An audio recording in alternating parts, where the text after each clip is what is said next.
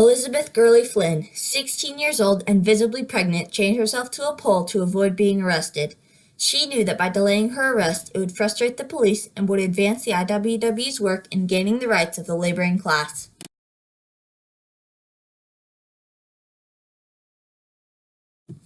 Flynn was born in 1890 to Thomas Flynn and Anne Frances Gurley, both Irish immigrants. From childhood, Elizabeth Gurley Flynn faced poverty on a daily basis. Her father, a socialist, worked in a granite quarry. Quarry miners would conduct backbreaking work for hours on end, pounding heavy sledges swung by two men. This work resulted in injury and exploitation of the workers. The environment gave Mr. Flynn strong socialist principles which he passed on to his daughter. When Elizabeth Gurley Flynn was still very young, her family moved to the Bronx in the turn of the century. The turn of the century was a time when many places were industrializing and a great deal of immigrants were flooding into the Americas. The new immigrants needed jobs to support themselves and in a lot of cases their families. They would often take whatever jobs were open to them with no choice, resulting in poor working conditions and lower uncompensated work. Elizabeth Gurley Flynn was exposed to these issues as well as the issues of the underprivileged working class and poor worker rights for most of her life.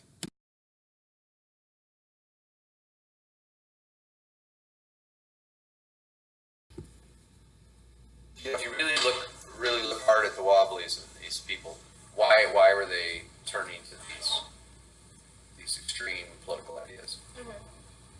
Well, they weren't being given the full set of rights in our country. They were being treated as second-class citizens, and they know it. And they could have all those troubles could have been avoided if they had just been treated in a more equitable manner. The Industrial Workers of the World, better known as the IWW or Wobblies, was an organization founded in 1905 dedicated to the working class. In the early 1900s, the IWW worked toward uniting all workers to gain fair pay, safe working conditions, and less labor time.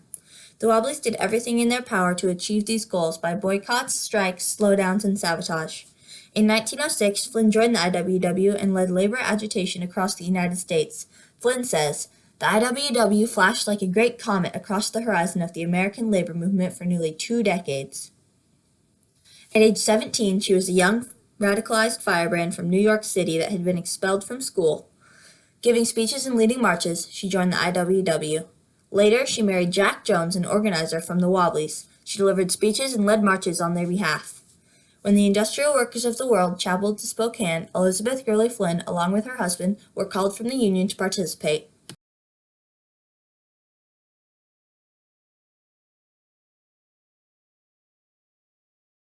"1909, Spokane, Washington, Stevens Street was filled with 21 employment agencies and hundreds of unemployed workers. This little railroad town was teeming with men looking for work. The men in charge had to deal with the companies just outside of town. As they needed workers, they would tell the employers to make a call for 50 jobs, but instead of finding those 50 spots to fill, they would call hundreds so they would have enough for the companies to maintain their unacceptably high turnover rates. The system was crucial for the organizations. Without long-term jobs, none of the workers had enough time to band together and unionize against the unfair treatment.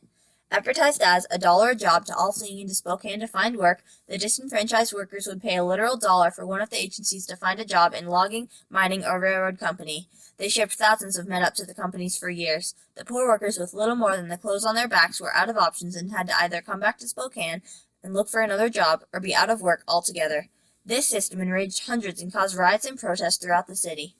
As Mr. Jonathan David Knight put it, a teacher at North Central High School, the biggest issue with it was that the workers felt like they were being taken advantage of.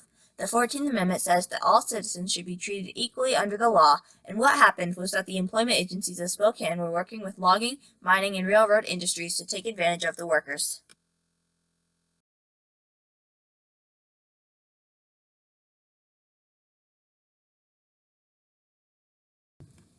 Realizing that it was no longer just the poor citizens fighting back, but an organization that had abolished so many capitalistic systems in the past, it's little wonder, along with other downtown merchants, for the police department to start enforcing a 10-year-old ordinance that effectively prohibited street speaking. Of course, the Wobblies were thrown off, but they abided by these laws until early May, when the city council made an exception for the food bank to speak where the Wobblies could not. This was also a reason for Elizabeth, Jack Jones, and the International Workers of the World to come to Spokane. It was clearly an unfair judgment call and needed fixing. The workers already wanted to protest, so the IWW just came to help. The IWW needed people to fill the jails and mount soapboxes, so it was a fair trade. Workers would gather on Stephen Street, climb up on a box, and begin to speak. I remember one big and strong lumberjack who, frightened to death, went up on a box and read the First Amendment, and then looked around rather helplessly for the cops, Flynn said in a speech in 1962. But the cops went elsewhere, so he read it again, and when he read it about 3 times, the police came along and yanked him down, much to his relief. Another climbed up, and the same happened. So began the daily routine. The Wobblies flooded the jails and disrupted citizenry with their ruckus, singing IWW songs and shouting IWW slogans. They called it making battleships. As the prisoners were being taken from the jails, socialists and sympathetic onlookers lined up along the streets and threw sandwiches, fruit, and tobacco into the wagon.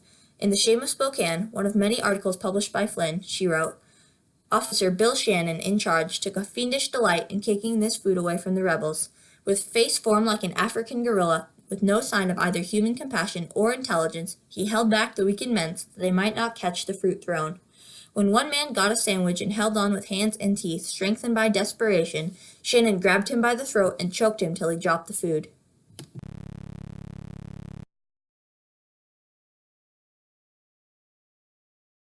"30 people jammed into a 7x8 cell. The Spokane police had made so many arrests that they no longer had room for prisoner comfort or regulations. Jail conditions often included overcrowding, violence, sexual abuse, and other issues that posed grave risks to prisoner health and safety. The ACLU wrote, "Mistreatment of prisoners based on race, sex, gender identity, or disability remains far too common."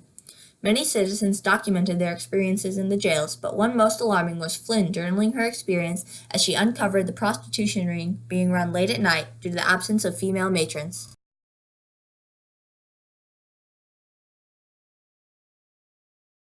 She witnessed guards taking other women prisoners into private areas and raping them. She couldn't see what was happening, but it was clear what was going on. And she was, when she was taken to court, she spoke about this. She was pregnant at the time, and she was a sort of like nice Catholic Irish pregnant girl, like this young woman. And so very sympathetic character as far as the jury was considered. She wasn't this sort of like stereotype of the rough union thug that they had in mind, and that was really like put out about who union organizers were. And after Flynn was released from the atrocious conditions of the Spokane City Jail, she went to the Spokane Women's Club and sought after the higher-class women of the community for help. The women of the Spokane Women's Club had been fighting to add female matrons in Spokane jails for many years. The fact that Flynn was in the jails witnessing the sexual brutality finally gave the leaders of Spokane the proof that they needed to add the female matrons to the jails. 2 years later, female matrons were added, and women inmates were safer for years to come.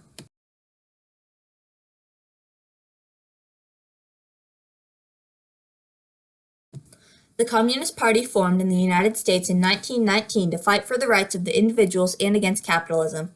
Communists were well aware that much of America was against them, but throughout the 1900s, leftists continued to work to improve the lives of laborers in poverty. In 1961, Elizabeth Gurley Flynn became the chairman of the Communist Party of the United States. While Flynn's membership and leadership of the Communist Party made her unpopular, she was always standing for disadvantaged, hoping to improve their lives. Because of Elizabeth Gurley Flynn's role in the Communist Party, she was ostracized, yet she persisted in standing for an alternative to capitalism's inequity. Flynn's efforts in the IWW, Communist Party of the USA, and her constant fight for the rights of unfairly treated laborers resulted in unmeasurable effects on society today. Flynn stood up for those who couldn't on their own, brought a voice to the silenced, and paved a way for generations to come.